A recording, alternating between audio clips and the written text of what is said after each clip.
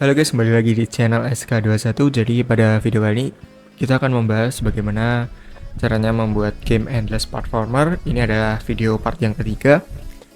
Jadi sebelumnya part pertama kita sudah membuat player controller, part kedua kita sudah membuat obstacle, dan part ketiga ini kita akan membuat animasi untuk playernya, dan part keempat nanti kita akan membuat untuk game over dan restartnya, juga UI score-nya ya.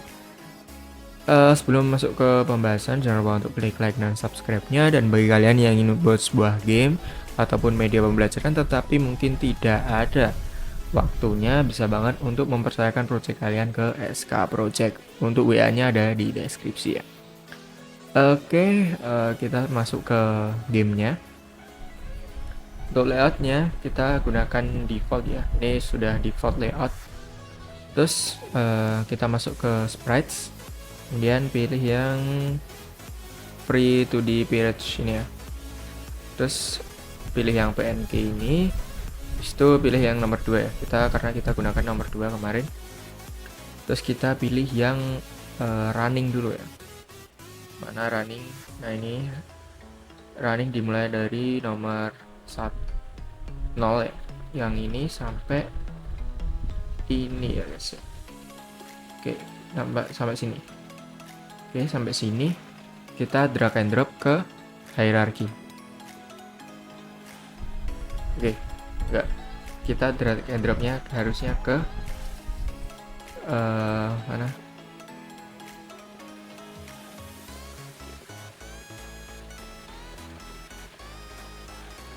Ke sini guys.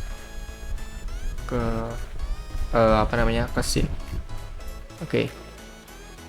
Terus ininya di bagian sini kita tambahkan folder dulu animation.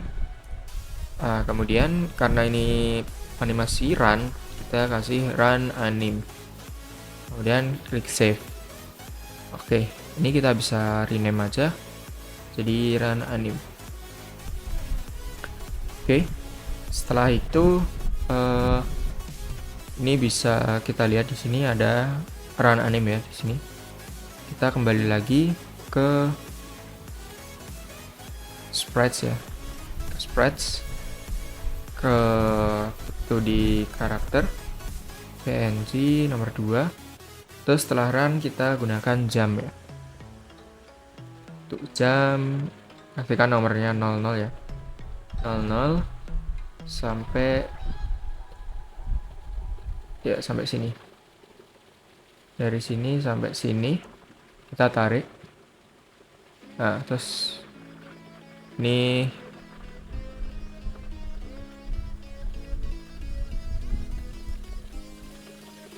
bagian aset animation jam anim.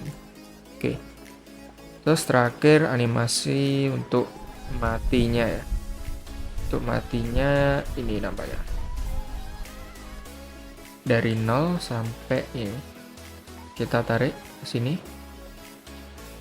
Terus kita kasih ke bagian aset animation dead gitu ya, dead anim, dan save. Oke, ordernya ganti 10 aja. Oke, setelah itu kita rename biar lebih rapi, day anim sama jam anim. Oke, kemudian ini kita bisa hapus semua aja. Oke. Oke guys, nampaknya kita harusnya menggunakan karakter yang nomor 1 ya, tapi nggak apa-apa. Kita ganti aja ini animasi idle-nya. Kita gunakan yang nomor 2 ini ya. Saya kurang fokus, maaf.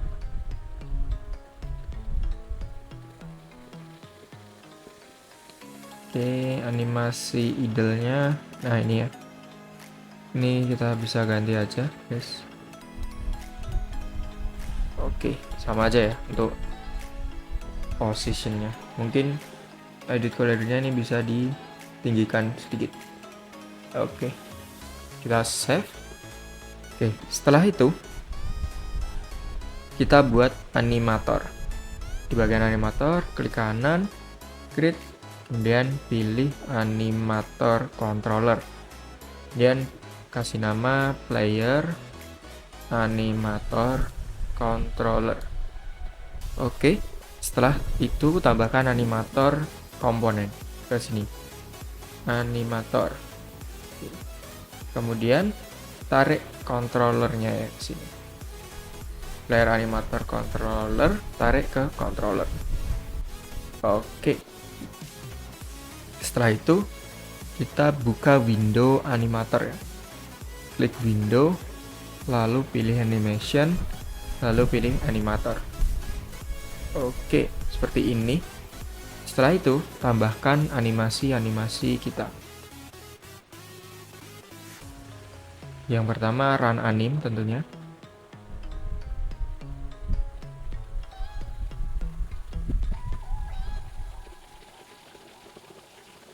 Oke. Setelah itu ada jump anim. Kemudian die anim. Dead anim ya. Nah, run anim ini adalah animasi utama kita yang dijalankan setelah masuk ke gamenya ya, secara default. Kita zoom dulu. Oke, setelah itu kita hubungkan antara run anim ke jump anim ini. Kita dengan klik kanan make transition, kita ke jump anim, lalu klik kanan di jump anim make transition ke run anim. Lalu dari run anim make transition ke dead anim, dari dead anim make transition ke run anim, dan dari dead anim make transition ke Ctrl Z dulu, dari jump anim make transition ke dead anim. Oke, setelah itu kita tambahkan parameternya. Parameter tambahkan boolean, namanya adalah isRun. Terus tambahkan boolean lagi isJump, kemudian tambahkan trigger isDead. Jadi ini adalah untuk mengetahui gimana cara settingnya supaya kapan sih kondisi kita harus menggunakan animasi run, kapan menggunakan animasi jump, dan kapan menggunakan animasi dead. Jadi ini nanti fungsinya untuk di bagian scriptingnya. Terus ini untuk run anim dan jump anim, ini kita untuk hash exit time ini jangan dicentang ya. Terus transition durationnya kita kasih 0. Dari jump anim ke run anim ini juga sama, hash exit time dimatikan, transition duration 0. Kenapa hash exit time dimatikan? Supaya untuk transisi animasi itu tidak perlu menunggu hingga animasi tersebut selesai baru transisi, jadi bisa langsung transisi. Terus di bagian dead anim ke run anim ini hash exit time nggak apa-apa. Terus ke bagian run anim ke dead anim ini tanpa hash exit time, lalu tanpa transition duration ini dicentang nggak apa-apa. Kalau yang ini hash exit time-nya dimatikan, durasinya juga 0, transition duration juga 0. Terus kita tambahkan parameternya. Ketika posisi run ke jump, kita butuh kondisinya. Kondisinya adalah ketika isRun itu true dan isJump juga true. Terus ya gitu aja sih. Nah, jadi ketika isRun true, isJump true, maka dia akan pindah ke animasi loncat. Nah, terus ketika jump ke run itu adalah ketika isRun true, isJump-nya adalah false. Oke.